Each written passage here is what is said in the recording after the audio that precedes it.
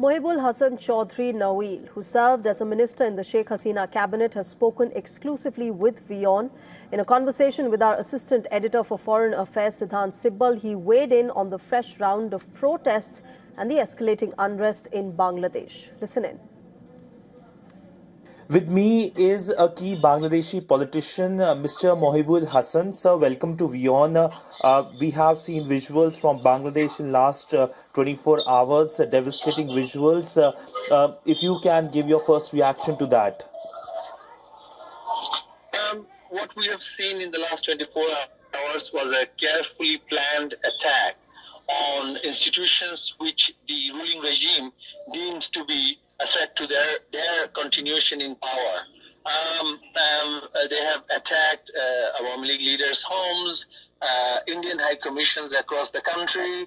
Of course, I don't want to mention my home because it has been attacked several times, and last night it was burnt and set on fire.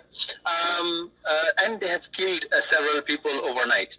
As the election is approaching, because they have called for a schedule of the election, they realize that their grip in power is going to go, and they are an insignificant extremist minority. So in order to create maximum level violence, they want to let the extreme elements run their protests or whatever they call it, the chaos across the country, and it has been instigated by them. Sir, we know about the burning of your house. If you can perhaps talk about the incident, what happened, at what time it happened, and who do you think is responsible? On social media, several extremists have called for people to come out. I mean, a few people, I mean, not a lot of people, about 20-30 miscreants came out on the street, and they sort of went to our home and put gunpowder. So it appears that they were all prepared for this action. I mean, you can't really get gunpowder from your average market stall. So they had gunpowder with them, and they spread the gunpowder in our house and set it alight. And from there, the same team had gone to the Assistant High Commission of India across the city, and they started throwing stones, and they wanted to put that also on fire.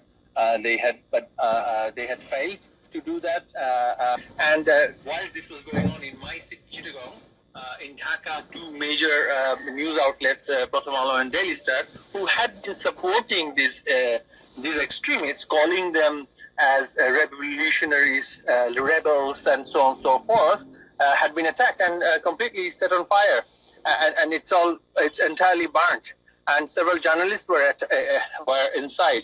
So unfortunately, you know, when you promote extremists as revolutionaries, when you promote known convicted terrorists as people who are victim of the last regime, this is what happens. Eventually, it comes back to you. So right now is the time that the world wakes up to the reality of Bangladesh. You know, you have 170 million people there, and even if you have 1% of them radicalized and weaponized, you have 1.7 million people ready to wage jihad across the world.